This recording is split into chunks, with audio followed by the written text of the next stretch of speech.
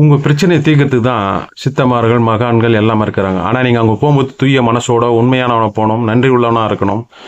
நீங்கள் உங்கள் குடும்பத்தில் பகிர்ந்து முடியாத உங்கள் பிரச்சனைக்கு தீர்வு காண முடியாத விஷயங்கள் அப்படி நம்ம பேசினா நமக்கு அவமானம் வரும், அசிங்கம் வரும் அப்படின்ற நீ நினைக்கும் போது நீங்கள் ஜீவசமாதி இது மாதிரி கோயிலுங்களுக்கு போயிட்டு உங்கள் குலதெய்வம் கோயிலுக்கு போயிட்டு உட்காந்து உங்கள் பிரச்சனைகளை அவங்ககிட்ட நீங்கள் சொல்லுங்கள். எல்லாமே அவங்க காது கொடுத்து கேட்பாங்க. உங்கள் பிரச்சனைக்கு என்னன்னு போய் சொல்லுவாங்க. உங்கள் மனசாட்சி நீங்கள் உணர்வீங்க. அதுவே நீங்கள் உங்களுக்கு உங்கள் வாழ்க்கைக்கு பெரிய முன்னேற்றத்தை கொடுக்கும். வேறு யாரும் நீங்கள் சொல்ல விரும்பலைன்னா இப்படி ஒரு வழியை நீங்கள் பண்ணுங்கள். அதுக்கு தான் சித்தர் மகான்கள் காத்துட்ருக்காங்க ஜீவசமாதியில். அங்கே போய் அமைதியாக உட்காந்து உங்கள் விஷயங்களை நீங்கள் கேளுங்க, எல்லாமே கரெக்டாக சொல்லுவாங்க. வீட்டில் இருந்தால் வீட்டில் ஒரு விளக்கு வச்சு விளக்கு முன்னாடி சைலண்ட்டாக உட்காருங்க, எதுவும் பண்ணாதீங்க.